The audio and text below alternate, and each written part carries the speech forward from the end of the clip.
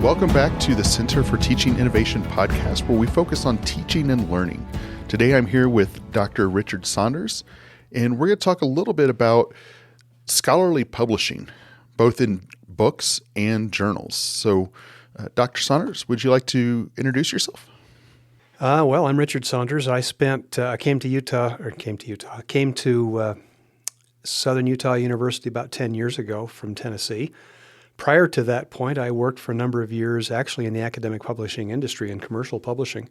So project manager for a pre-press outfit. It was called Full Service, so we did literally everything. We would take a raw manuscript on one side and give them ready disc to plate files on the other end. So we literally did everything from copy editing to everything. So I have an interest in this. Yeah. I am just slowly getting into the world of publishing and getting published. I had my first book chapter published about a year ago. Congratulations. And then as I'm working through my doctoral program, we've talked a lot about publishing. I know you and I talked a little bit, but publishing has changed over the years. Oh, dramatically. Right? Dramatically. In fact, it's probably changed more in the last 15 years than it has in the past century. And that's part of what I'm interested in. I'm an American social historian, so I deal with people, but I also deal with books and the way books are used because I'm a librarian. And academia has always been kind of an interest for me. I'm a third-generation academic, and that has kind of shaped the way that I've approached things. So yeah, I go way back with publishing. Part of the challenge with publishing in the recent world is the move to digital. It's upset a lot of the traditional models that have happened, created some great opportunities, but at the same time imposed some liabilities that really make publishing more difficult from the user end than you might imagine. So, for instance, prior to, say, the 1990s, there wasn't an internet prior to when I was in college, and so there wasn't the only place that you could go to get hold of scholarly material was the campus library. That was the destination. After the beginning of the internet, and especially within 10 years or so, corporations recognized there was real money to be made in these. And they began packaging publications and access up, and that's where we are now today. The print journal has almost disappeared from library shelves, not entirely, but almost. And what's left is digital access, but that means we've lost some rights to things as well that is simply going away. Yeah, I was looking at some memberships of different groups, and it was amazing how many of them were like, you can get print only, but they definitely kind of guided you towards that online-only version. Right, yeah. It's cheaper for them, and they make as much or more money off of it. That's the real issue, is that the production of things, making the page image, the cost hasn't changed in the slightest. But not having to manufacture and print and distribute, that's where they make their real money these days. Yeah. That's where they save their money, and then they don't have to pay for it. Now, with a lot of those companies that are publishing and doing more of the online, I know that when you presented at our learning and development event, you talked a lot about, as a scholar, getting published has changed. Do you see that there's more predatory publishers out there now? Well, predatory publishing is a challenge and has been a challenge for a long time. However, partly because of the digital availability, you can start up a press for nothing but what you have on your laptop. It's that simple. And that, because there was so much money going into subscriptions coming out of libraries and from individuals, that just begged for people to get in and basically milk the system. The challenge that we face these days is not that it's difficult to get published, because there are now so many more journals and so many more academic publishers because it's easy to get in. It's now trying to find the data and the material once it's been published. That kind of harks to the idea of what's the term? Impact factor, which is very big in the business world. Yeah. And essentially meaningless in many other disciplines. And so there's a challenge in getting people connected with the data, because now, I mean, you literally drown in it. There is so much available that it's hard not to find a publisher for something these days. Now, in the process, yes, there are some publishers that you really do have to be careful with, but that payment scale has now been foisted off onto the institutions. So if you publish in a journal, they suggest that either you submit it individually, or better yet, go to your grant organization and say, factor in some money to get this published as well. And that works in the publisher's favor. Yeah, it gets data out, but it's really all about harvesting money out of as many sources as possible for a publisher. Okay. And the publishers that are out there, generally, some of them are very, very good, very, very careful. It's difficult. Predatory publishers, what we used to call predatory publishers, are now really careful to mimic what academics want to see. But that's the problem. You can easily be fooled by a claim on a website that may or may not be reinforced by actual practice behind you there.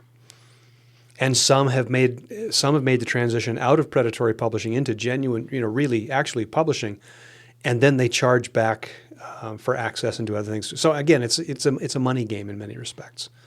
Prior to that point, if you go back to the origin of journals was probably in the 17th century, as scholars and interested people were trying to communicate with each other. Print was the only way to do that, and you could mail something quicker than you could travel there yourself. So that's where journals come from. In the United States, at least, the 1880s, they're really mostly a post-Civil War thing. By the 1880s, some of the really large journals are well established.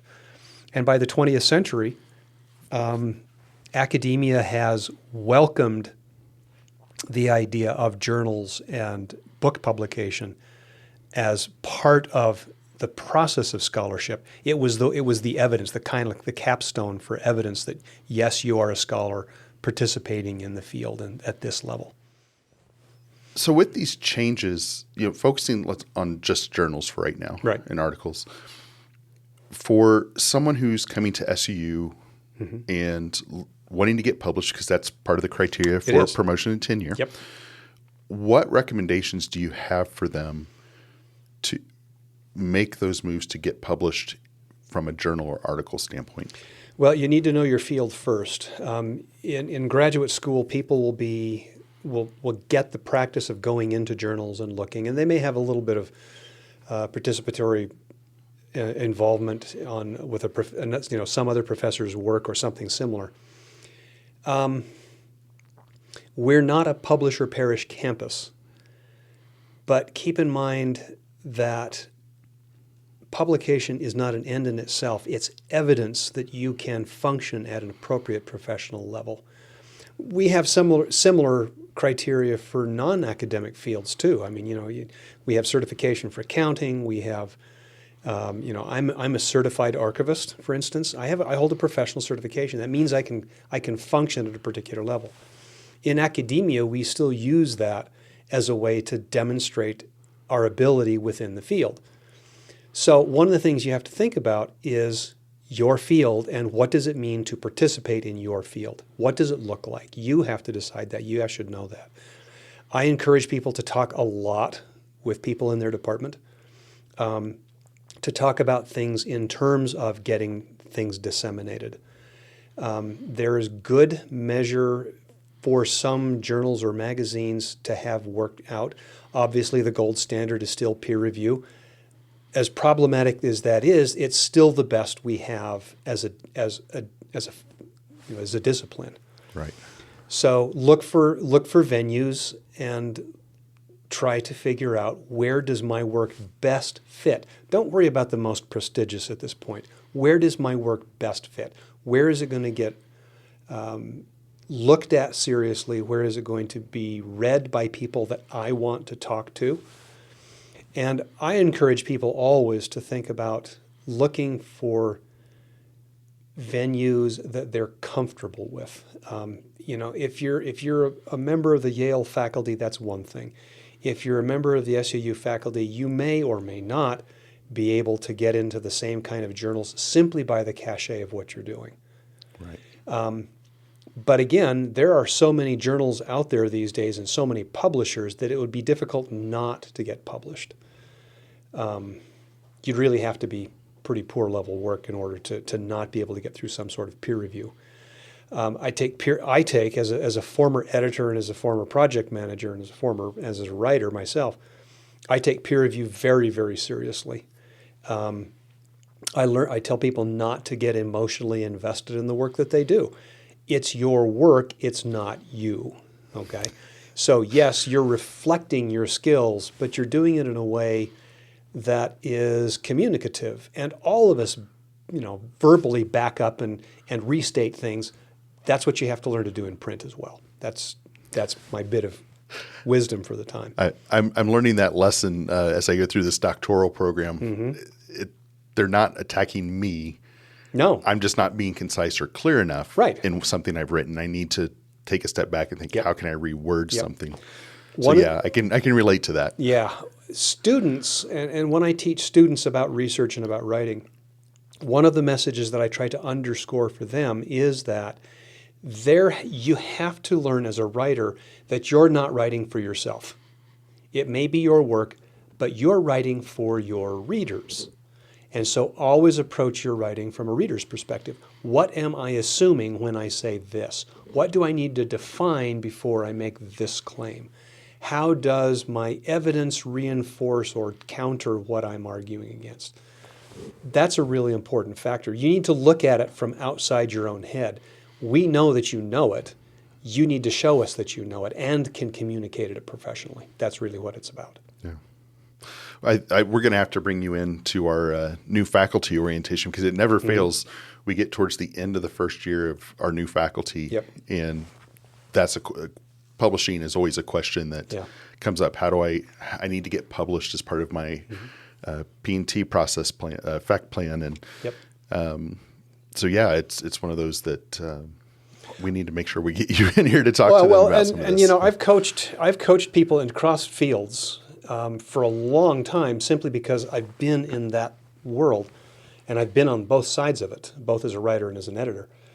And I don't worry that people can't do it. I worry that they try either to put so much into it or they can't carve out a small spot for themselves. A dissertation might make a great book, or it might make 2 or 3 articles, or both. You have to decide what you want to do. Where do you need to put your effort? If you want something quick, then do something quick. My master's thesis, my first master's thesis was 300 pages long. It was the size of a dissertation. In fact, my committee told me to cut it by 50 pages. My doctoral dissertation was the same length. I had not learned an important lesson as a master's student, as a graduate student, that I had learned later about conciseness and about choosing a subject. One of the other things that I encourage any faculty to do and any person to do, anybody who's writing, is to use the simplest language you can get away with for your field. There are technical subjects that you really have to speak the language. But there are a few disciplines where abstruse, abstract language is just kind of expected. Walk the walk and talk the talk. But to me, as an editor, that's just bad writing. So say it in the fewest words, the simplest forms, the clearest language you can do. That's just good practice in any field. I always like to encourage faculty also to think in terms of story. Not necessarily that everything has to have a story, but an illustration, a verbal illustration, usually works really well. One of the best examples I ever saw was in a textbook where talking about runs on banks, and it was a banking textbook, and the author led in the chapter with talking about, I'm sure you've seen Mary Poppins, the movie. Do you remember the scene where? That put in a context for readers that they said, oh, that's what this means. And then they had a connection rather than just a technical description of what was going on or how it affected people. There was something human. Keep in mind that writing is inherently a human activity, so it doesn't need to be just dry technicalities, or I don't think it needs to be dry technicalities. A different editor may say something else. Yeah. No, bringing up that analogy, it made me think of Flower Darby's Small Teaching Online. Mm-hmm. And it was either that or in Dr. Lang's Small Teaching. I forget which book it was. I've read both and love both.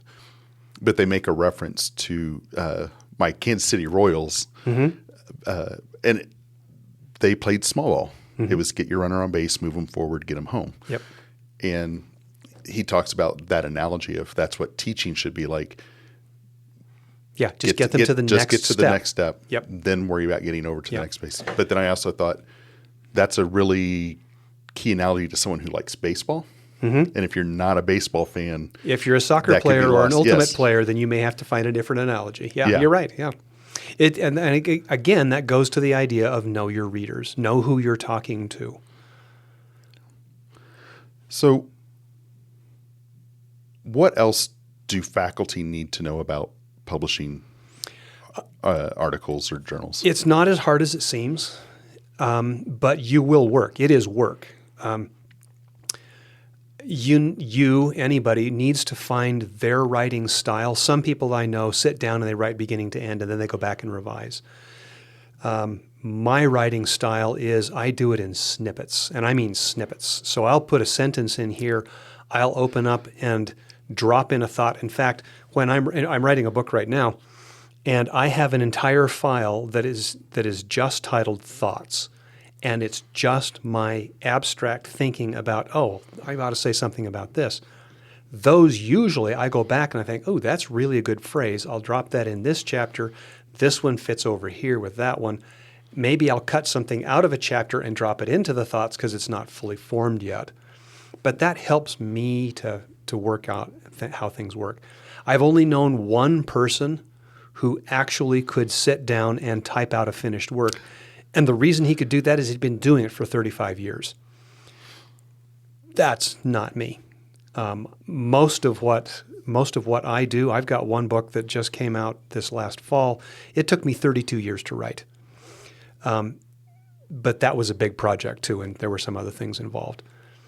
Look for not just the easy fruit, but the important fruit. Look for a place where you can fill a gap or identify an idea. If someone has written this subject down and it's the subject of your dissertation, then get beyond it and find something else to write about.